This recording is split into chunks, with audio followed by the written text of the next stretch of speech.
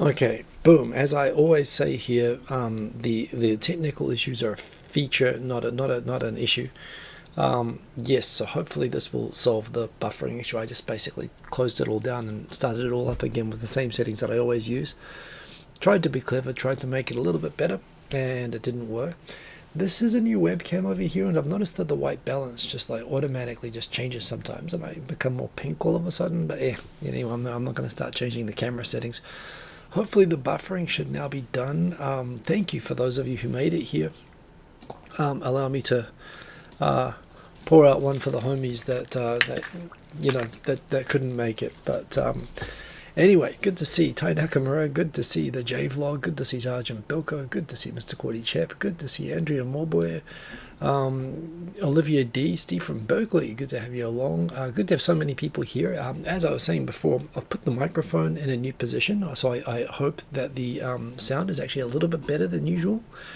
But yeah, I've been looking at stream setups. I mean, I'm basically trapped here. So yeah, I've been doing that. Blame the LPD, blame La Migra. That's what I like to do. Who knows? But yes, I am now here, and let's get on with it. That is funny. Why is that recording when it's not even connected? That is odd. But anyway, topics for this week. I mean, it's basically there isn't a lot of news other than that same news that we keep hearing about, which is, of course, am I working from home now? Asks Rex T. Good to see you, Rex T. Remember, by the way, everyone remember, you can always grab my attention by doing @Markeko Simon. It will make it flash orange to me, so it'll stand out better. But I am working from home now. I'm actually very fortunate that my job is a sort of job that I can do from home, so it's actually, as people go, I'm not as affected as a lot of people, which I'm very obviously appreciative of.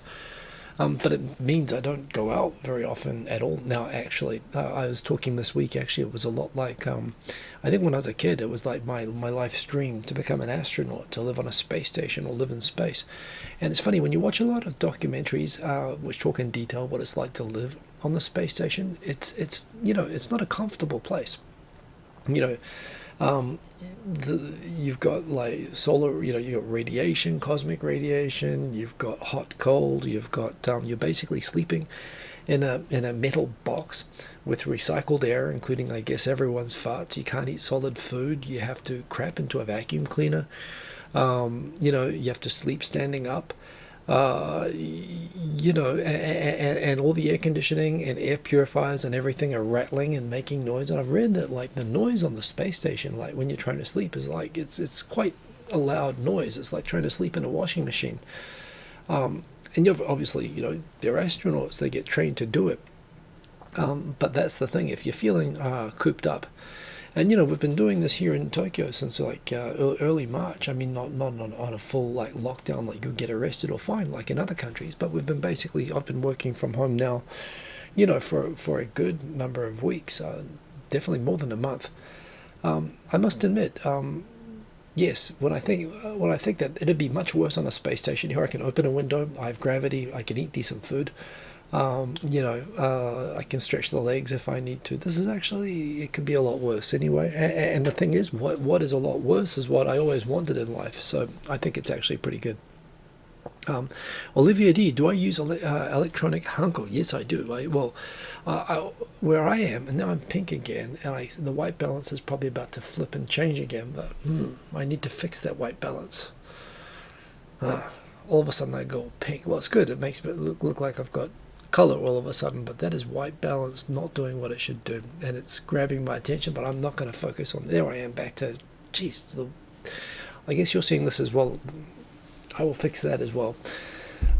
Yes, where I am, we use e-signature, which you can use for most things, and technically although there are some types of contracts like real estate agreements, and there are some procedures like government form applications and whatnot that say that you need to use a hanko. Legally speaking, there's no problem with electronic hanko, there's no problem with electronic signature, there's nothing that you can't use that for. But again, what I deal with in my job is a lot of just very traditional companies that don't know about that, and they're conservative and they don't want to learn new things. So yes, I am forced to still deal with hankos. And even from home, we've set up a process for that. But it is a pain, but I definitely do that. Looking, lots of comments here. Let me just quickly look at the comments. I think I'll check if there's anyone else who's also commenting that I haven't said hello to already. Blame the LPD. North Korea. North Korea is definitely on the news at the moment. Although, honestly, I'm kind of over North Korea, but yes, indeed. Dan H., how are the supermarkets coping at the moment? The supermarkets are crowded, and they haven't really, when I heard in Australia that they were instituting more controls on the number of people in supermarkets and spacing in supermarkets before they were doing that here. The real problem is that Tokyo is a real, work late culture, eat out culture. So a lot of people were eating most of their meals, close to work or on the way home. So now people who are staying home are using the supermarkets a lot more.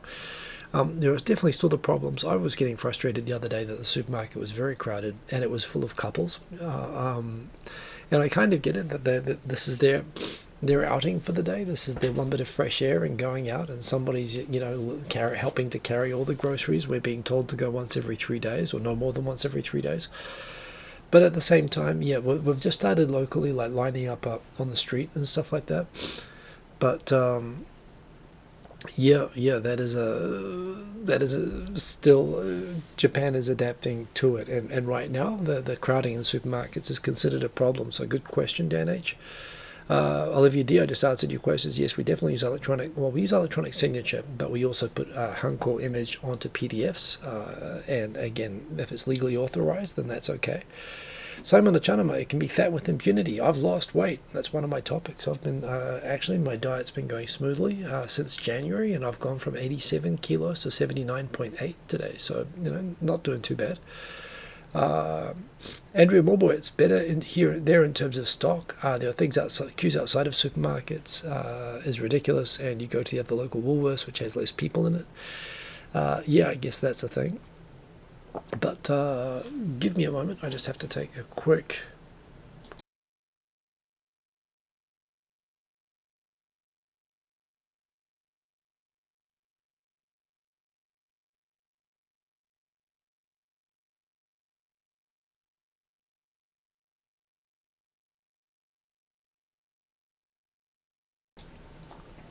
Sorry about that. Just had to quickly deal with something. So Peter Alexandra, yes. So be careful with the all caps and the repeating stuff. But I'm back. Don't worry. I was not in the loop. Andrew, my boy. How was the earthquake today? The earthquake today was quite big. There was a Shindo 3 in Tokyo, so it was actually quite noticeable. There have been a lot of earthquakes lately in Nagano, and there have also been earthquakes constantly since 3/11 in southern Ibaraki, which is where the one today was. And yeah, these are definitely pre-shocks.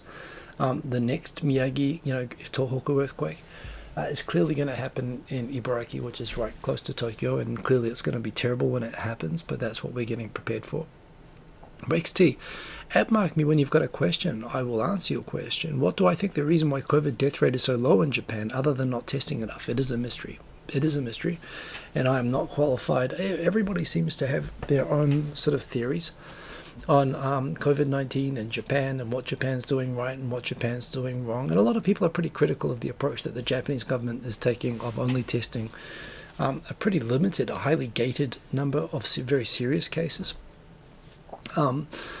But this is the thing. Even so, sure, there's definitely a policy here that there's probably a large number of cases with light symptoms or no symptoms, which are not being tracked, because right now they're only focusing, one, they don't have enough tests or testing capacity to be able to test everybody, to find out everybody who's got it even without symptoms.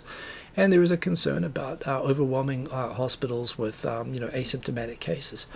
So yeah, the government has been restricting that, which means that we know that the numbers that we get, they've decided that they're taking a consistent approach to testing, which means that we're only seeing a small percentage of the number of people who actually have it. But that said, you could say that even if the government isn't counting all the people that have COVID-19, the number of people dying should still be the same. So if it was as bad here as it is in London or New York, and the government was hiding it by not testing as much, the death rates would be the same. You'd see the same number of dead people. In fact, the death rates would appear much, much higher than in those countries because we're testing less. But what we've got is, even against the low number of tests that Japan is doing, the death rate here is much, much, much smaller than in Europe or in America. And people, everyone thinks they know and they have a theory on it. There's only correlations right now, but the biggest, what I find the most interesting correlation is two. One is that Japan and many other countries like Australia with similar low death rates generally have universal tuberculosis vaccinations for kids. The second thing that they often, well, that Japan has going for it is that Japan has great treatment for pneumonia patients, and there's no real, in America, people are reluctant to do tests because they're so expensive. In Japan, tests cost nothing, and you can use a CAT scan. They use CAT scans, routinely to check, for $20 to check if you've got if you've got pneumonia or not. So there's pretty good treatment. There's a theory about the vaccination thing that's not very well understood, but this is it. The thing is, the methodology of testing is consistent. So even if it's a smaller sample, the trend that we're seeing is the curve is now starting to, at least the number is not increasing as much. The number's been dropping throughout this week compared to last week. I mean, today we had 75 new cases in Tokyo. First time, 72, which is the first time in 2 weeks that it's been below 100 people. So. And all this week the number's been lower as well. And now the recovery rate is also picking up because all the people who got it 2 weeks ago when it was starting to increase are now getting better. So we're actually converging now. We're in Tokyo. We're actually getting to numbers where the numbers are still increasing, and it's not, it's worrying. But at the same time, the number of people getting better and the rate that they're getting better is starting to overtake the rate of new cases, i.e. the total number of current cases is actually going down, at least the way that they're counting it. So... I don't know why, but it's a good thing. Peter Alexander is saying well, good luck. I mean, like I say, maybe you're right, maybe you're not, but try light and disinfectant and tell me how you get on. And that comment has gone way up now, so I'm reacting to that a little bit late. How was the earthquake? I've answered that. There's Andrea Mulboy asking, there's hardly anyone who's been testing in Australia, hence you think the figures aren't accurate. Well, remember, the numbers don't purport to be all the people. They're just an indicator based on the people who are, based on the methodology that the government's using and based on the tests that are available. So, yeah, I'm pretty sure in Australia as well. What they've found when they do the resistance tests or the tests to indicate that people have had it later, they've done it in New York and they're preparing to do it in Japan. It indicates even in New York they were only actually counting about 1/10 of the people that apparently had it based on what they found in New York and California. Australia may be even less than that or more than that, but the point is you can still see the overall trend if it's getting worse or better. Bit of buffering just now, but don't worry, I won't be having disinfectant. Mr. Kordychev, congrats on not having had chicken pox. I've had chicken pox. I think you might have noticed I've got a little, where is it? I've got a little bit of a bump over here. That's a subdermal chickenpox scar. I got it when I was like 16, so you know when you're like you're 8 and pretty much all the scars disappear, and I got it when I was quite late.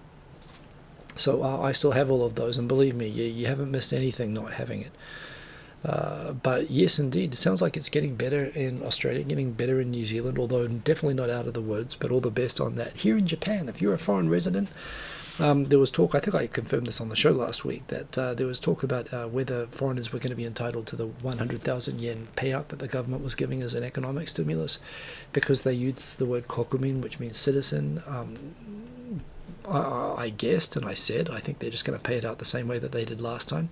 And people said, no, this is the LDP, they're the racist, right-wing party, and they hate foreigners, and they said citizen on purpose. And the thing is, even if they did, which I don't think they did do it on purpose, that's just the way it came out, the administration of the payout is the same as last time. And last time, i.e. after the Lehman shock, when they gave a stimulus payment, I got it then as well. And anyone in Japan who's a resident here for more than 3 months, which given that no one can come in and out pretty much for the last month, that'll be pretty much fixed, will be entitled. You've just got to be paying tax and have a residence card and so on. So yeah, it's a good thing.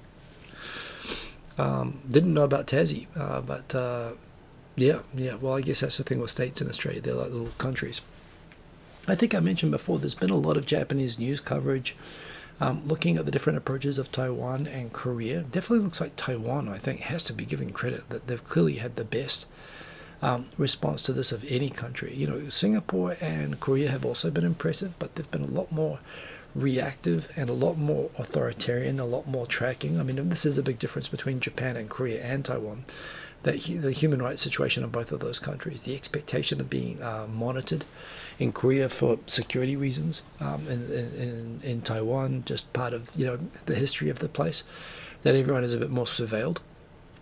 But in Taiwan in particular, they were just really, really effective at preparing. They printed, they made masks for everybody, but all the way back in January, they set up, fever testing stations, and they prepared for this, like basically on a war footing in January.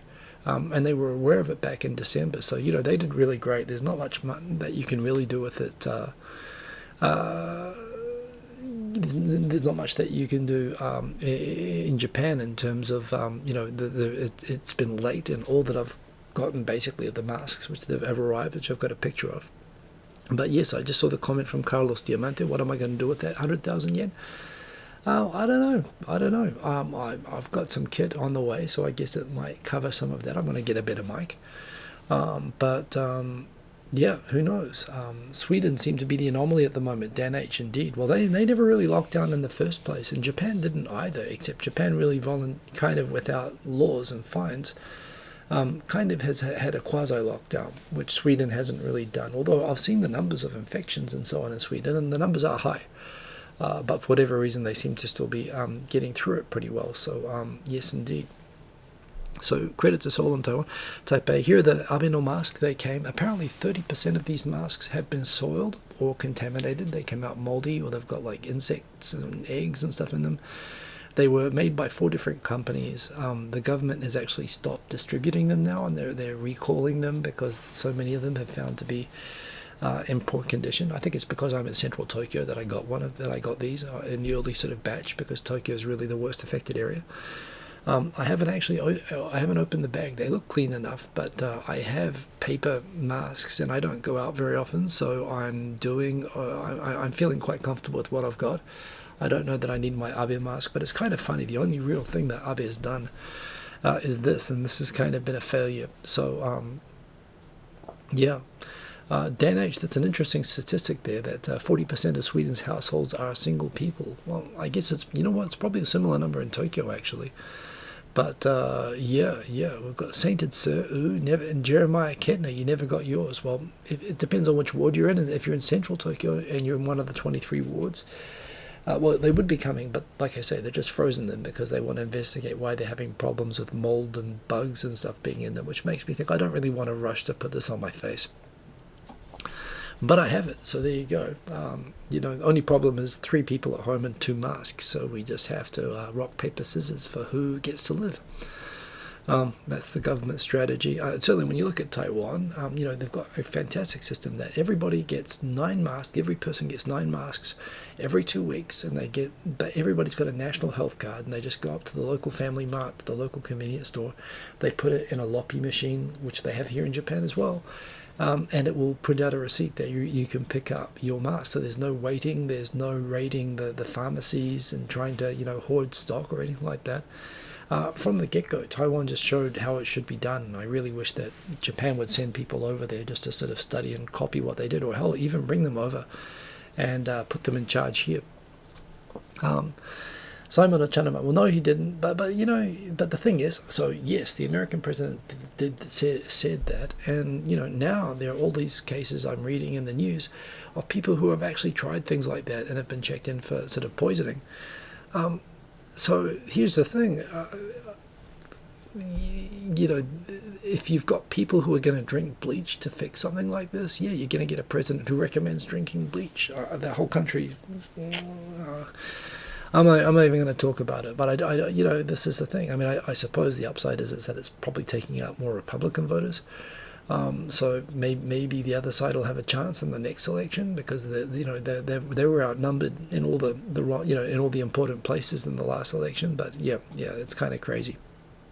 I'm trying not even to look at it right now. Jeremiah Kent, you're in West Tokyo. So, well, if you're in Hachioji and stuff like that, I mean, they don't have, they hardly have any cases out there. They've got like 36 cases or something I was looking at today. So, yeah, that is a big difference. Yes, indeed. Going through, Darwin says you're welcome. I guess so. Speaking of the source of my never-ending frustration and rage, right there is a Japan Ministry of Agriculture official who is now saying that apparently, with everything going on, people are not drinking enough milk. So, they can't produce enough milk, so we have butter rationing, and now they've overproduced milk. And they're begging Japanese citizens to please drink as much milk as possible, please. And if you've got so much spare buddy milk, well, you know what to do with it. And again, this is the Agriculture Ministry I guess this is them trying to be commercial. I mean, Stalinism just didn't work out for them. I don't know. They got the communist cows to produce more milk. Maybe they didn't let them sleep, and now everyone's got to drink it. But obviously, there are butter issues that I suppose right now free trade wouldn't have necessarily fixed it. But here's the thing: if there's a free trade system, they wouldn't have to be begging people in Japan to drink it. They could just sell it, right? But business isn't really the strong suit of the Agriculture Ministry, particularly when it comes to dairy products, as we know. So yes, Dr. RB, some people are lactose intolerant. So well, I'm pretty sure if it was up to the Agriculture Ministry, they would all, everyone, including the lactose intolerant, would be drinking that. Now, this is kind of funny. You can't. I posted 4 photos to this because I was just tagged on a record album cover thing, and I put up 4 record album covers, and I tagged other members of the Tokyo Digital crew as well as Savas musician, and I put up 4 covers. The first was a happy hardcore cover. It was Midas, the Imperial March, which, like, I was 19 years old. It's what I bought turntables for. It's when I started playing music and I started getting gigs in nightclubs. First of all, it was playing happy hardcore music. I was like still a teenager at the time. And it's actually, I mean, there's all different. Within happy hardcore, there was a breaks genre, which actually was the original drum and bass. Drum and bass and jungle used to be separate genres. And jungle eventually took the drum and bass name, but drum and bass was originally separately. It was a subgenre of happy hardcore, based basically on people cutting and recutting the amen break that was being used for happy hardcore. But that was also the roots of drum and bass, and I really liked that. I like the electronic break beats. So first I got happy hardcore. Then I think the second album that I posted that I can't show right now was drum and bass. It was Alex Reese, So Far So Good. When I first heard this, I was like, okay, I'm going in that direction. It was really jazzy, sort of drum and bass, and I love that. And then a few years later, I'm trying to remember what the 2 other albums that I put up were. The one was I kind of went from there to there was Two Step, and I was looking for a good Shinichi Osawa album to put up. In fact, you know what, now I'm like, let's see, if I go here, I think I should be able to show the 4 photos here. Oh, here we go. Chemical Brothers. Oh, yeah. Oh, so actually, no, you know what? The very first one which I put up was this, which was Technotronic, the best remixes. This was a Tokyo Radio remix version. When I came to Japan in 1991, and I got my first ever CD player, and I bought my first ever 3 CDs, which were CNC Music Factory, Young MC, and Technotronic, this one. This became my favorite CD for a long time. So the original... so Technotronic, but there were some Tokyo Radio remixes, and there was a fantastic long mix, a Manchester mix of Rocking Over the Beat. This was the first CD I ever got. This was like my favorite album, so that got me started with music. Then I went on to Happy Hardcore, which I still actually have fun. And if you're playing video games, Happy Hardcore is just like the best music for video games. Then Alex Reese, and then I was looking for Shinichi Osawa, but I couldn't find a good sort of dedicated album of 2 Step, so I picked Chemical Brothers instead, for just regular, more sort of break beats and so on, and they still make amazing stuff. So those are the ones that I picked out for my 4 albums, which I was supposed to not include an explanation of, but I just gave you one, so that was a thing. And that particular first album of Chemical Brothers was still, I mean, they continue to make excellent stuff. I love the We Gotta Try, the most recent one with the dog that becomes like an astronaut. It's good. You should look at the video for it. But that album, that whole album of Chemical Brothers blew my mind. So anyway, lots of good stuff in there, some classics. I see Simon Ochanama, fellow commentators. Cheerio, have to go. See you later, Simon Ochanama. I probably missed you a little bit, but Dave O'Hunter. See, Aussies understand Happy Hardcore. It's the half Australian in me that probably liked Happy Hardcore. No one in New Zealand liked it. It was a very small line. I'd always buy the stuff in Australia, but yes, indeed, Hixie. I've got some stuff over there. Doof, doof, doof, doof. Indeed, you know exactly what it's supposed to sound like. Maybe I'll make some at the end of the show, but I've got to talk a lot faster.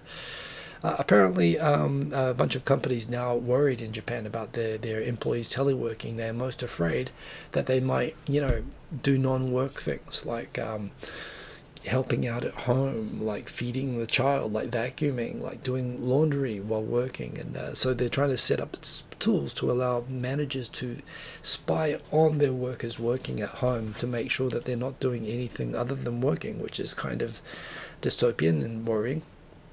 But that is a thing that is happening. This has been a really... See you later, Andrea. Good night. Have a good one. There is also, in Japan, there's been a really big thing through the news this week about Pachinko. Pachinko, I've talked about a lot on this show, but just to recap, it is gambling. It is basically like a vertically stacked pinball machine that you pay, you put money in, you get a bunch of ball bearings. Rather than one ball bearing that you try to keep alive, you just pour a whole bunch of ball bearings in. And if enough ball bearings hit enough of certain points on this sort of pin table, you get more ball bearings, and at the end of the session you take the ball bearings you have, and if you're a good player you can increase them, although the win-loss ratio is controlled by computers in the machine. So if you're good at it and there are a bunch of terrible players who are not good at it around, and it's set to let people to have 10% wins, the better players will claim more of those wins. So there are people who do make a living off it. You can go and hand in your ball bearings and they will exchange it for these wonderful plastic trophies and pens and things that you don't need. And you can take your plastic trophy home and put it proudly on the mantelpiece, or you can take it around the corner to the plastic trophy shop that buys from people, and where you can go and exchange your plastic trophy for cash.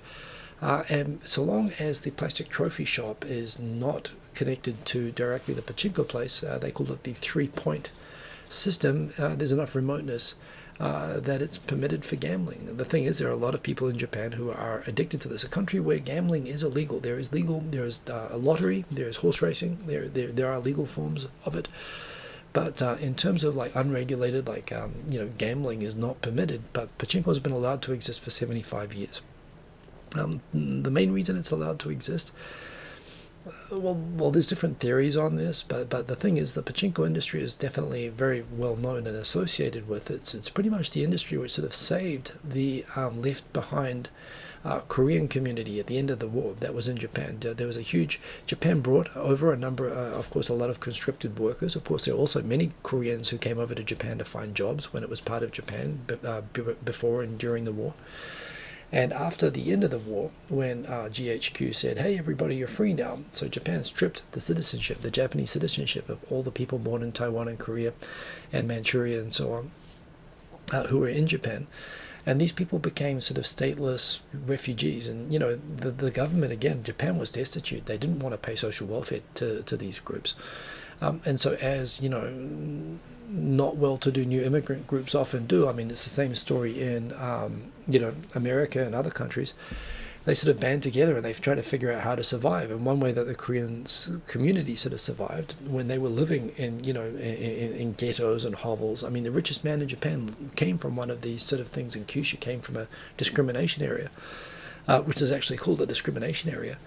One thing that they did was they started these sort of gambling houses, and they were not regulated, but the government sort of looked the other way on it, even though they were sort of technically illegal, partly because they realized that the money that these things collected meant that these people didn't have to come and collect a lot of social welfare, for example. They, in a way, it allowed the invisible sort of minority issue in Japan to remain invisible. They could look after themselves so long as the government let them have pachinko. And of course, There were groupings of organized crime that formed around this. The pachinko parlors were used for money laundering, and the money that was used for money laundering and for paying off police. So the enforcement was not there. The government was kind of glad that this allowed these people to, they allowed the Zainichi Koreans in particular to look after themselves. And for those Zainichi Koreans, these communities, this money was sort of funneled through the community, and they built schools. They all the people who have since become very successful and, obviously highly contributing members of Japanese society. For a long time, it was sustained by the pachinko industry. The stereotype that the pachinko industry now is dominated by Koreans is not as true as it used to be. It's become very commercial and very big, but there is still a large tie to it. And my ethnic Korean friends are sensitive when I talk about how pachinko is ridiculous. It's obviously illegal. It obviously should be either shut down or formally legalized. They get very upset and they say, don't screw with that, because that's what's looked after our whole community here in Japan, and it's kind of sacred. And indeed, there have been times in the past that various Japanese governments have talked about actually bringing pachinko into line and regulating it. It's actually been Korea, and it's funny, in Korea, where of course pornography is illegal, gambling is illegal. I mean, they regulate everything very heavily in South Korea, but whenever Japan, and they actually banned pachinko in South Korea, but when Japan was looking at banning pachinko, the South Korean government at different times in history has intervened and said, Japan, do not be shutting down pachinko, because that's gonna hurt the Korean community there, and you're gonna have to deal with us as well as that community if you do that. So for various reasons, it's funny. Everyone, you might think that the Japanese government's kind of not very caring, towards South Korean or Korean citizens in Japan, but yet.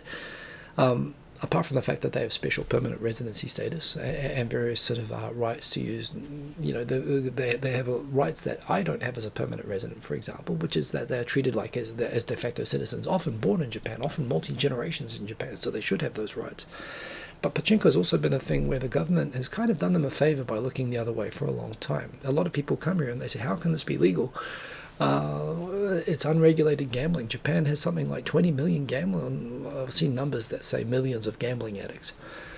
Yet gambling's supposed to not be legal. So again, this industry has kind of survived outside of government control and regulation for a long time, and it's been allowed to do that. However, when the government started for the current state of emergency, said certain places will need to close down, they left out pachinko, and it was noted that pachinko places are crammed, people sitting down, touching machines for a long period of time. There's not good airflow. They're typically dark, and they're made like gambling places to make people not notice time go by. So the Tokyo governor said she was going to include pachinko on the list, and the national government said, no, you cannot put pachinko on the list. And they actually got into a fight over it for a few days. The government said if Tokyo is going to shut down pachinko, Tokyo is going to have to pay compensation itself. The national government's not going to have anything to do with it. In the end of the day, the government sort of relented and agreed to include pachinko in the list of businesses that can be requested to close. And both Osaka and Tokyo requested all the pachinko places to close. What's happened in Tokyo, there are like 12 places that didn't close, or some number like that. And in Osaka, it was 6 places stayed open. And of course, all the gambling addicts that had their local pachinko place closed, they found out where these places were, and they've actually been long lines every morning, hundreds of people trying to get into these pachinko places that are open. And they've been saying that if we close down, we'll go out of business. And the Pachinko Association has also been saying, some of our places won't survive if they voluntarily close. So, no, screw you. It's only a voluntary order. We're not going to close. Because there have been these non-cooperative pachinko places, however, the government passed an additional measure which basically said that while they're not quite on the point of fining or arresting or forcing them to shut down, they will publicly name and shame the shops that are not complying with the order. You might think, in fact, some people are complaining, doesn't that amount to government advertising? That's where the gambling addicts are all going to go. They're going to know where the open ones are. But the idea is that it is supposed to put pressure on them. And apparently Osaka and Tokyo have said, Tokyo from next week, Osaka from last week, they're going to be naming the open pachinko places every week. The ones in Osaka, last week they named 6 places. 3 of them have closed down, but 3 of them have stayed open, and they've said to the media, we're not shutting down at all. And they are really crowded, and local neighborhoods are annoyed because people are coming from all and around. Same thing was happening in Ibaraki. All the closed places in Tokyo, people were driving all the way to Ibaraki and crowding out towns to use pachinko in Ibaraki, so they banned it there as well. But yeah, now that this has happened, and given the attitude of these places, like screw you, and they've been operating outside the law for 75 years, so the idea that they would comply with a voluntary request now is maybe a little bit, understandable. But yeah, the governor of Osaka, or mayor of Osaka, came out and said, maybe we should be looking at the whole loophole thing, that, the plastic trophy cashing in loophole, that maybe we should be shutting that down. For the entire industry, which is kind of sending a signal to the pachinko industry to get your members in line and not be making excuses for them.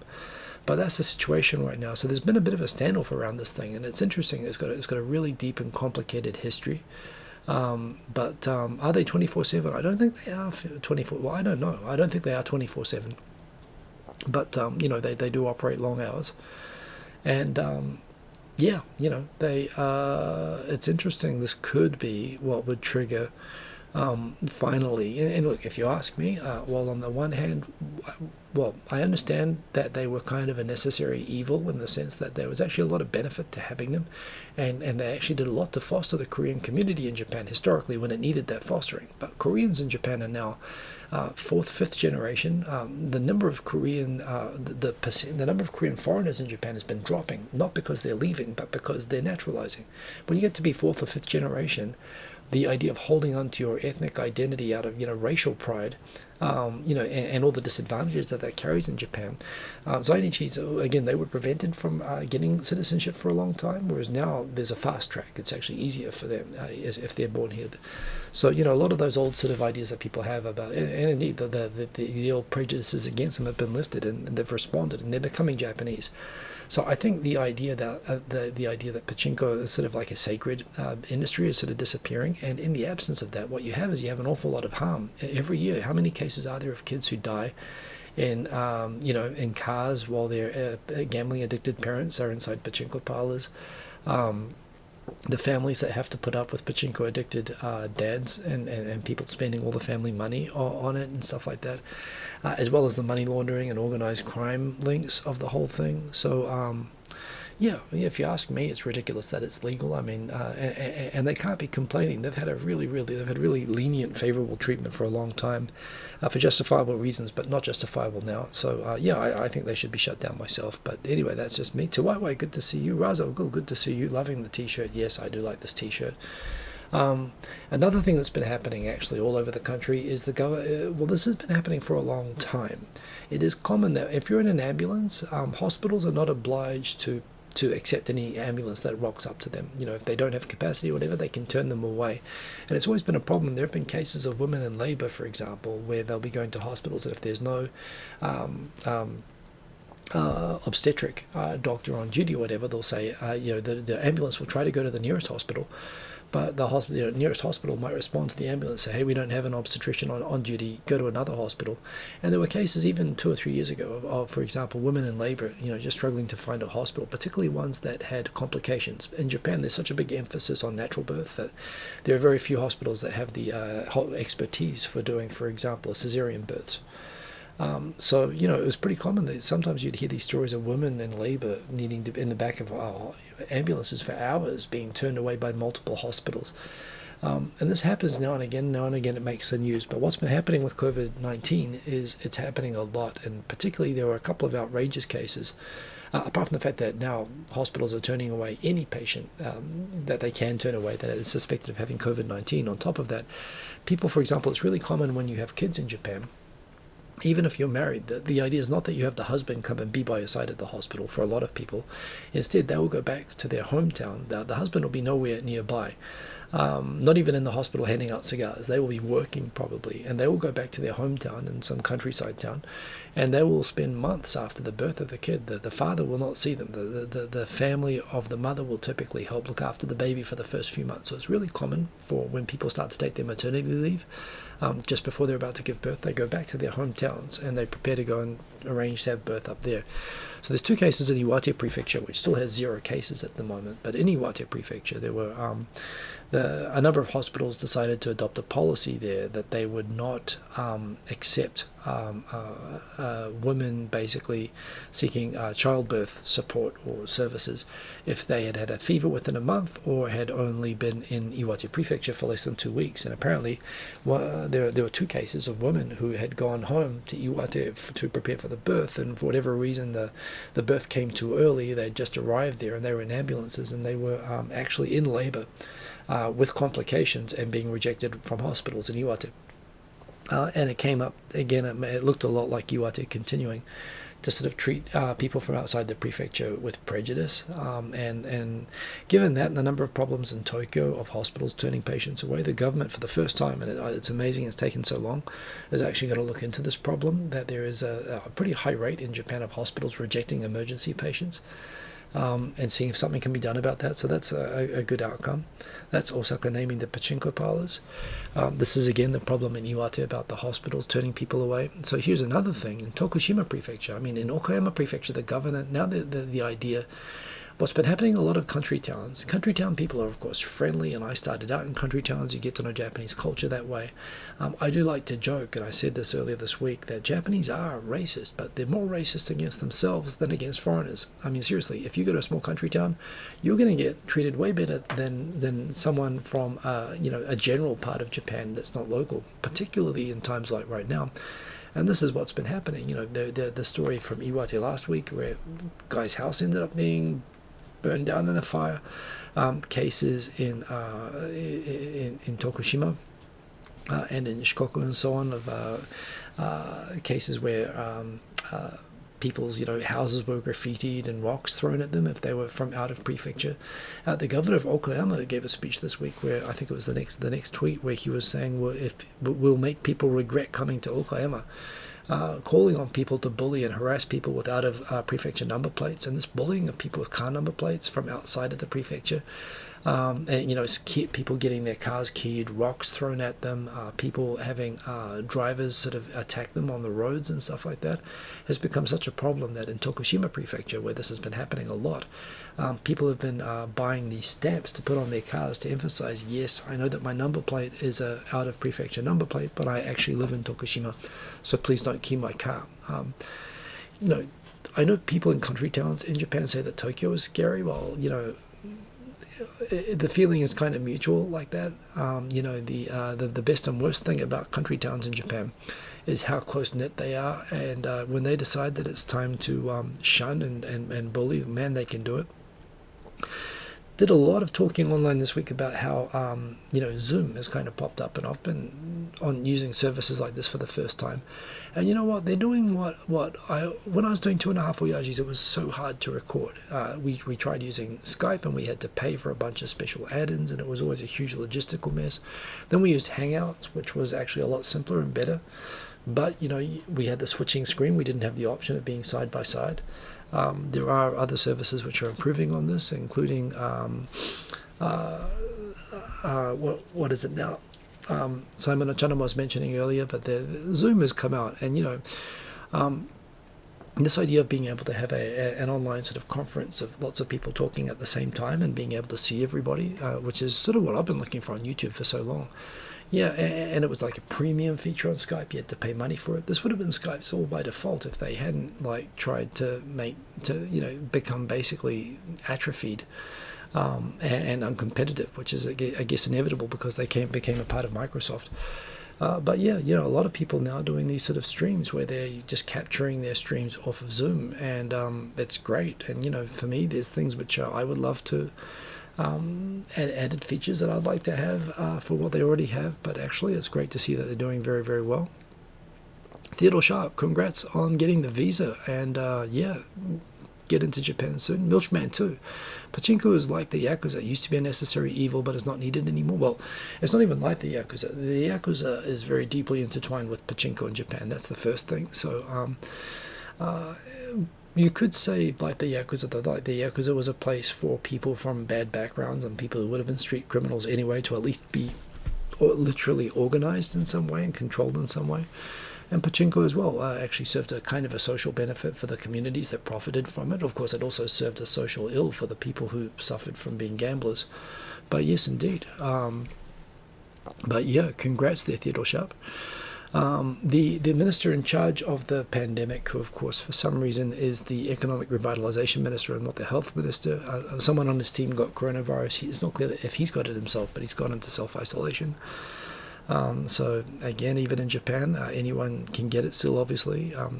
Another thing, I know that a lot of countries are talking about building herd immunity and the idea that, okay, if everyone's got it, test for antibodies, and then those people will probably be now immune to it so they can go back to work. We've seen all of, and again, nobody understands this well enough to really, that's an assumption a lot of countries and a lot of people are making. But there's no evidence for sure that you can't get it again or that you become immune to it after you get it. And there's a lot of evidence that you can catch it again because it's happened to a lot of people. So this idea of governments trying to spread it through the populations quickly to develop herd immunity, it's not actually clear that that's even possible right now, although that is kind of the policy in Japan. So that is a thing. The Japanese government, because there's been so much criticism of the way that hankos have been required, have been forcing people to go into work and do work face-to-face. But not only that, even within government, a lot of government paperwork. I mean, ironically, my favorite example was if you want to claim the telework subsidy, if you're forced to work from home or losing business, you have to go in and fill in a form and hanko it in person in a government office to be able to claim the working at home subsidy. So even the telework subsidy has to be applied for using a hanko in person in Japanese government offices. There's so many ridiculous cases like this right now. So the government said that they are going to look at removing it in every case possible and allowing digital seals, so that's a good thing. In terms of how Japan's doing, Hokkaido, they had it like first. They had the first real big outbreak, and they brought it under control very well. Now they're having a second wave right now, but again, it seems the numbers are going down again. They had a very aggressive response, and they did very well, as did Wakayama, which is now like a white prefecture, just south of Osaka down there. But they got hit hard early, and they responded very strongly. But yeah, Ishikawa, in terms of population, Ishikawa and, was it Fukui? No, in fact, Fukui is not such a bad number, but Fukui doesn't have that many people. So I guess in terms of ratio to population, along with Tokyo, they've got the highest rates. You can see all the prefectures around Tokyo. Saitama, Chiba, Kanagawa all have high rates. Nagoya has high rates, and Osaka, Kyoto, Hyogo has high rates. But yeah, that's how Japan's doing right now. And Fukuoka has also got quite a bit going on there. But and Okinawa's not on this map. Poor Okinawa. But yeah, I don't know how they're doing. So, but that's the situation in Japan. A lot of news about Kim Jong-un, and if he is actually, the speculation about a missile launch, speculation about, if he might have actually passed away during some form of heart surgery or weight loss surgery. The North Korean regime has a message. They say that the leader is okay, nothing to worry about, keep partying. Seriously, the whole thing there is just it's always been just extortion, for aid and money. So I don't know. I feel like we shouldn't be giving them more attention than they deserve. They got missiles, but they're basically a sort of a tin pot dictatorship, and just let them be there. Don't give them the attention that they want. That's my weight. Let me see if I got that there. So in January, I was like 87. That's that little peak up the top, and now I'm just got below 80. So I've actually done pretty well at this. I've read about people struggling with weight loss and lots of snacking, but I'm kind of using it like as a game at the moment. I'm doing okay on that. Today, just 72 new cases of coronavirus in Tokyo, so that's some good news. This website, there is a Tokyo website for the Tokyo government if you're interested in numbers, and it's all in English, and it's wonderful. They've got heaps of information on the site. Final thing I'll show you is so the idea that Japan is not doing cases, this is sort of week to week, the number of cases found versus the number of tests done. You can see the number of cases is actually in Tokyo has gone down in the last week, or at least the number of new cases has gone down, so that's good news. But the number of cases has been increasing every week, so it's not, the low numbers in Japan are not simply a matter of not doing many tests. Now they could be doing more tests, and the government is preparing and planning to do more tests. They are increasing the capacity to do this. But the idea that the number's being manipulated or it must be wrong, and frankly, you know, a lot of the skepticism that I see of the numbers from Japan, from people that I see in, you know, in other countries and foreign news coverage, Japan is doing so much better. I mean, you know, Japan is not doing good, and it certainly is far from over. It could certainly, Tokyo could still become another New York at any time. It's a lot of conditions that are the same as New York, but it's kind of funny to see CNN talking like how New York is doing 20,000 tests a day and Tokyo is doing, you know, 300 to 400 tests a day. And you can say that, but New York has like 400,000 sick people. Tokyo has 3,000. You know, we have 75 new cases a day, roughly an infection rate on the testing of like 30%. So the idea that it's always a good narrative to say, oh, look, Japan's screwing it up again. And it's kind of popular to come in with that skeptical sort of angle. But I don't know, I get a sense from a lot of Western, the way that they talk about Japan, it comes in with the presumption that Japan can't be doing it right. You know, Japan couldn't be doing it better than we're doing, which I think, to me, it feels like people are coming from a presumption of superiority. Even where that's obviously not the case. Like when it's British or US media or European media covering Japan, and you know, they feel this colonial urge to lecture Japan that it's doing everything wrong. And I agree, Japan could be doing things better. Most people do. But at the same time, the idea that, you know, America's got it figured out, and that American news is reporting critically of the response here. Now, I think everyone can agree that South Korea and Taiwan, with their aggressive approaches and numerically great outcomes, that they're the best cases. And clearly Japan's taken a sort of a softly attitude, but for whatever reasons, and it's probably a complicated mix of childhood vaccinations, medical system, culture, you know, everything all mixed together. But the idea that somehow Japan is like couldn't possibly be having a better response is kind of like, yes, I mean, clearly these numbers are not representative of the true numbers and so on. But, you know, again, I say it again. If in terms of this virus, there's not many places I would rather be.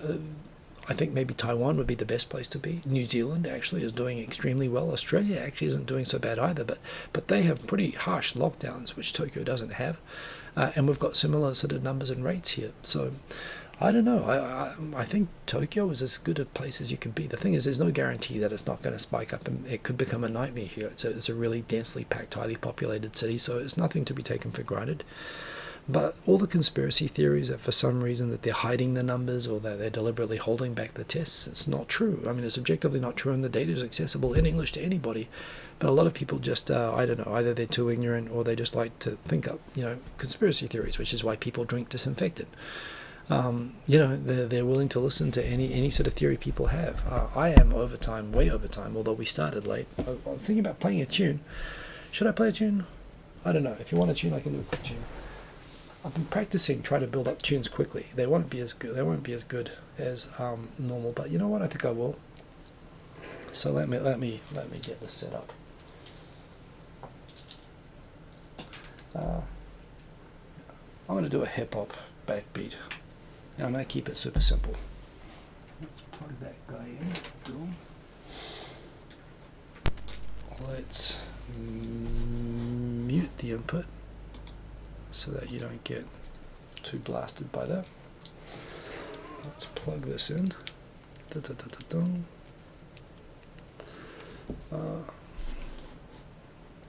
Let's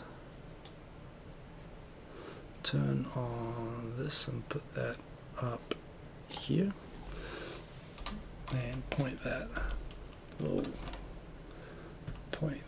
there, as you can see it well enough there.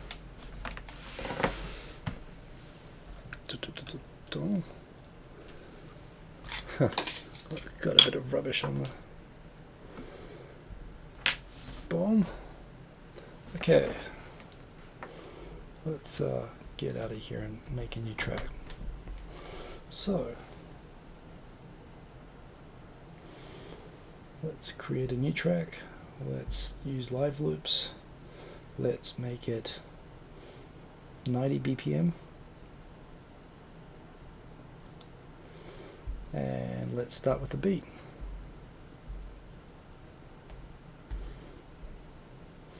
Let's pick a drum set that looks cool.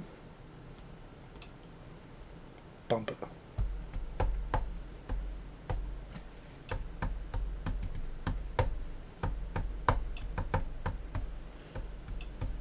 Okay, let's turn on the sound. Hope you can hear that. Okay, let's count this on.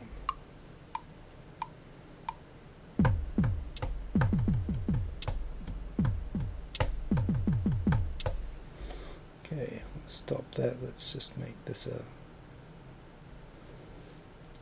single interval. Let's check that again. Okay, let's try recording that again, because that is not good.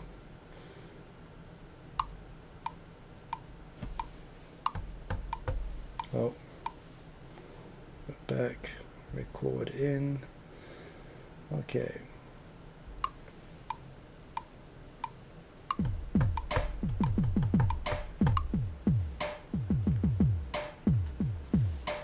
Okay, now we're in business. Let's add an extra layer. Oh, no, let's go back here.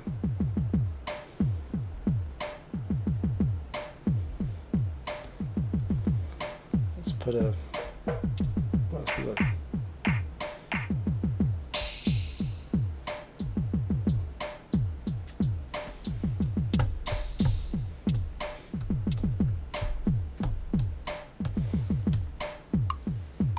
Wow.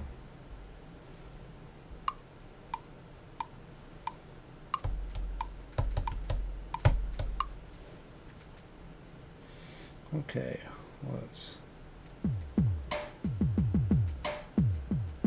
that doesn't sound good. Let's delete that.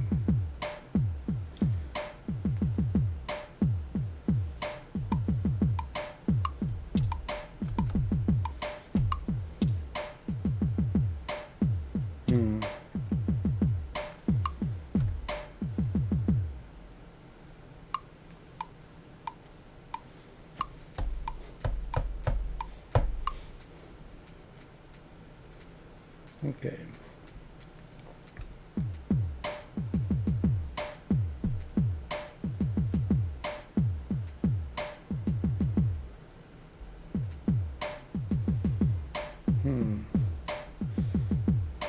Let's shift that a little bit. Edit.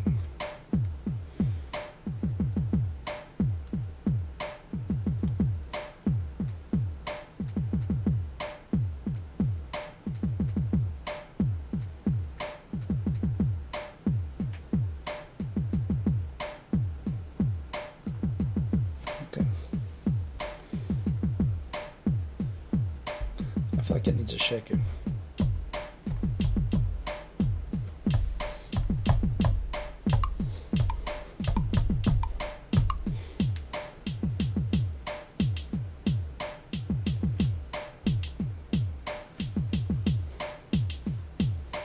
That's pretty cool.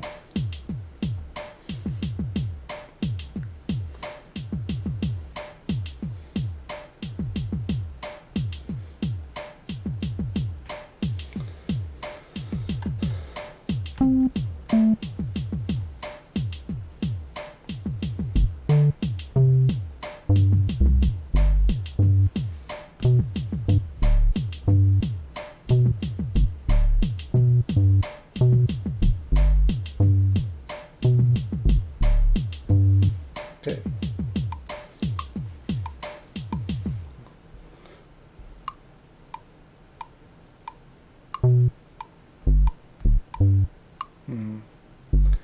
That's not right. Do that again.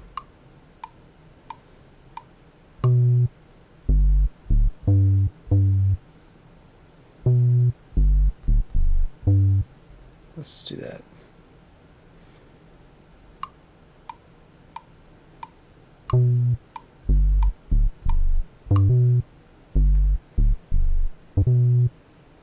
Almost.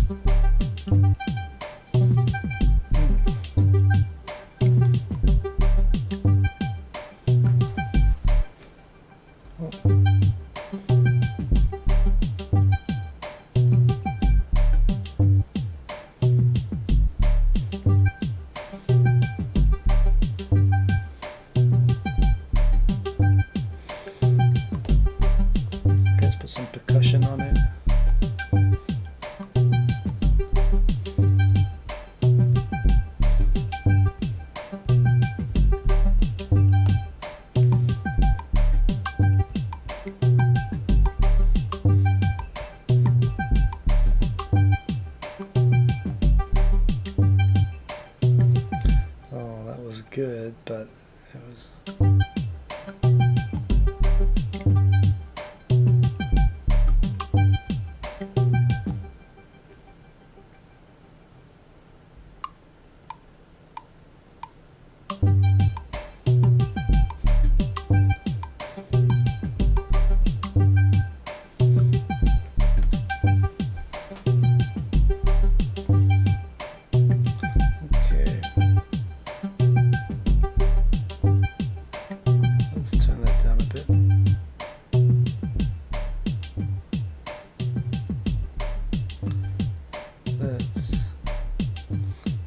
This an octave lower.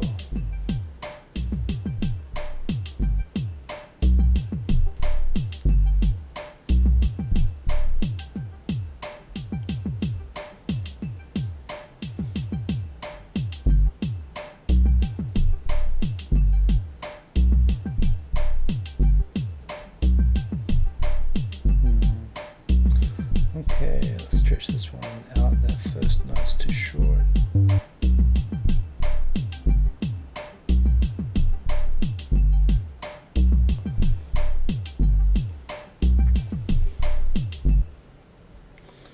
That's kind of cool. Let's do one more level.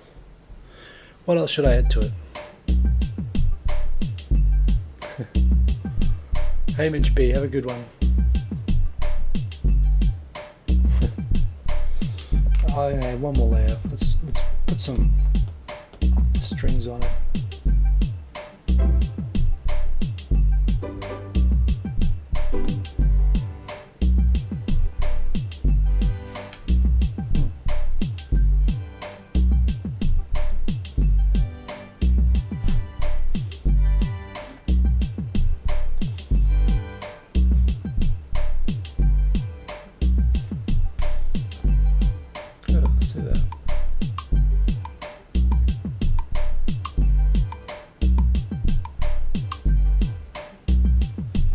That's pretty cool. Oh, nice. Okay, so let me put this on. Hey Nick. Camera angle slipped. Jeez, what happened there? Where is the? Hang on a sec. There it is. Let me tighten that up, and let me get this going now. Okay.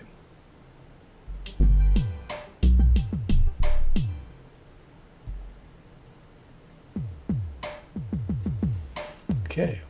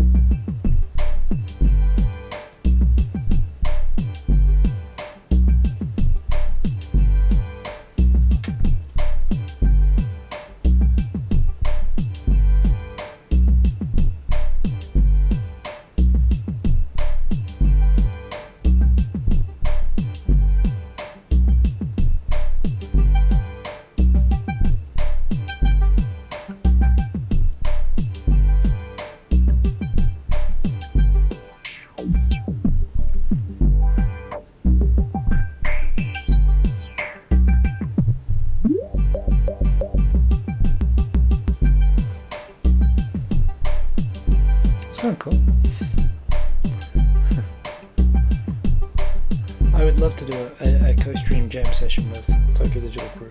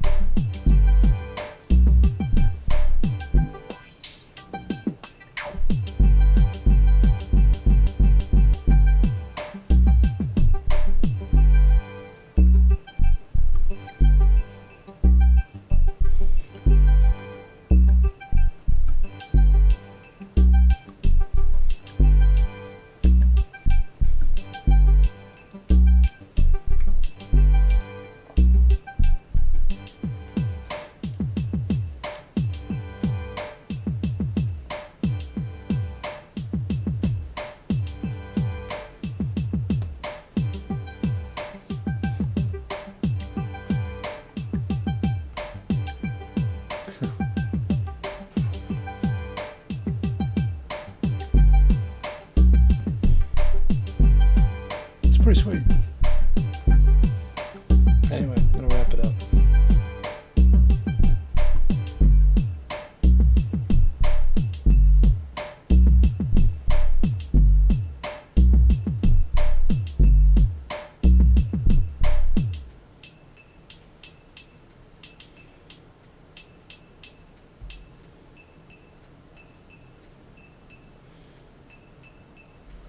That's the show. Thank you for joining me. I hope you enjoyed the tunes. I was quite happy with that. That was for a quick mix, and that was using GarageBand and the old keyboard. That was pretty good. So sorry for the bad camera angles and the technical troubles in the beginning. BTC Chiba, everybody else, good to see you, and welcome again next time. Less technical problems hopefully next week, but good to see you always. Keep cool till after school. Take care, obviously, wherever you are. Have a good week and peace. Boom. Long show.